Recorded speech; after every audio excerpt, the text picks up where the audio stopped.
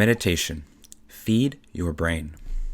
When you own your breath, nobody can steal your peace. Unknown. Our mind wants everything. It wants pleasure in the form of dopamine, from looking at posts on Instagram and TikToks to playing games and eating tasty food. Our mind wants to feel protected, so our ego defends us against feelings of fear and isolation by attempting to compare us positively to our external environment. Our mind wants to relax, so a majority of our actions are predetermined and carried out via the unconscious and subconscious thoughts we have reinforced over time. But what does our brain, the nucleus and most pivotal organ in our body, desire more than anything? Oxygen.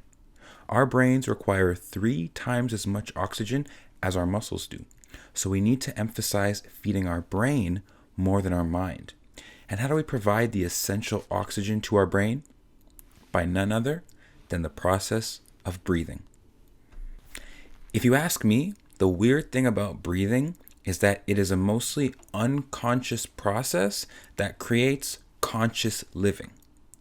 Breathing is a mostly unconscious process that creates conscious living.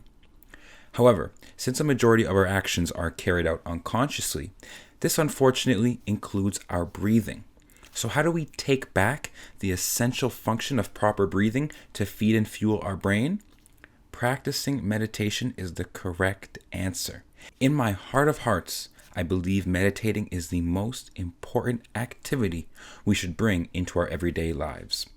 Kids should learn simple breathing techniques in schools, and adults should know how to redirect their focus on the breath in high-stress situations. If there's one method in this entire body section that can expand your vibrations and exponentially improve your life, it will be implementing the ideas in this chapter. In fact, some of the most successful people in their professions promote the use of intentional breathing. Actors such as Will Smith, entrepreneurs such as Bill Gates, and even the late Kobe Bryant spoke about meditating. Before I even get into the abundant benefits of meditation and how to make it a routine, we should understand how widespread focused breathing already is, despite the apparent mysticism that holds people back from embracing this practice.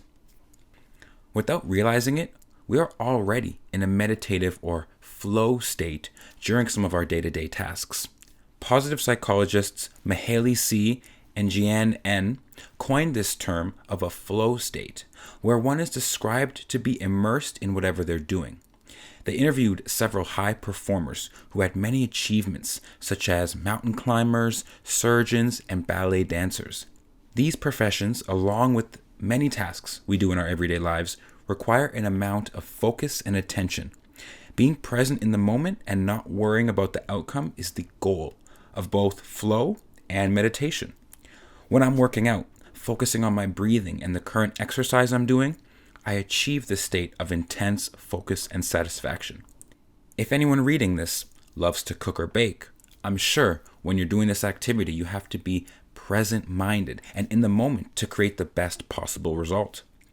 To achieve this flow, what you're doing has to be enjoyable and something you care about. The task at hand also can't be too easy, in which you don't require any focus at all, or too difficult, where it requires an overwhelming amount of concentration. With these perfect conditions in place, certain duties or errands we fulfill allow us to be present in the moment, as if we're in a moving meditation. Challenge number 5. Did the idea of flow state sound intriguing to you? What areas in your life do you find yourself in this flow? For some, it's the chores and errands they do in their house. For others, they achieve flow during walks, workouts, or sports. If you're lucky, you can achieve this state during your jobs and schoolwork, finding enjoyment through those daily tasks. Identify which parts of your day you find yourself in the most ease and enjoyment, and which parts bring the most resistance. You may have to journal or reflect by discussing with yourself or others, as we previously mentioned in the self-reflection chapter. In order to eliminate some of these points of struggle, Incorporate a few minutes of deep and focused breaths before or during a challenging event. For myself, my breathing technique is as follows: 1 second breathing in, 1 second hold, 1 second breathing out, 1 second hold, 2 seconds breathing in, 2 seconds hold, 2 seconds breathing out, 2 seconds hold. I gradually increase the seconds until I'm at 5 seconds, creating a 20-second breath. And when I'm finished, I feel a level of rejuvenation that is unmatched by anything else. I'll admit, I'm only a beginner in meditation. I practice once or twice a day for about 10 minutes each session. I've heard masters of this skill are able to reach a point where they are in constant meditation. Consider integrating a ritual into your day wherever it seems necessary or fitting. Healthline Media, the largest health information property in the US, released an article titled 12 Science-Based Benefits of Meditation. I'll highlight some of these findings to continue to demonstrate why you should incorporate meditation into your day. First and foremost, something we all inevitably suffer from at some point in our lives is stress and anxiety. If you're like me, you know how debilitating these feelings can be. For many people, prolonged feelings of stress and anxiety can result in physical side effects, an instance of the psychosomatic symptoms that link mind and body together.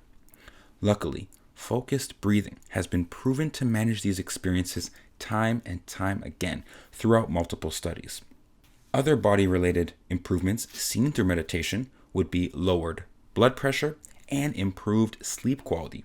Two benefits everybody reading would enjoy. In terms of the brain in particular, meditation is said to be comparable to lifting weights for your attention span and keeps your mind young in order to reduce memory loss with age. For the mind itself, focused breathing techniques lead to increased self-awareness, emotional health, and the ability to control pain and addictions. It's nearly impossible to make an argument against taking a few minutes every day to go inward and take a few deep breaths. You don't have enough time? Stop this. Breathing is the most essential function our bodies need to do to keep us alive. Many experts will tell us we are not breathing properly due to our posture, not breathing in through our nose enough, and the inability to relax on our exhales. We may spend most of our days in an automatic mode of constant doing, but there is a place in our day where we can find time to feed our brain and give it some extra and much needed oxygen. You'd be surprised at the difference it makes creating the intention to dedicate a few moments per day on meditation and to achieve a flow state when carrying out tasks. Just don't let it take your breath away.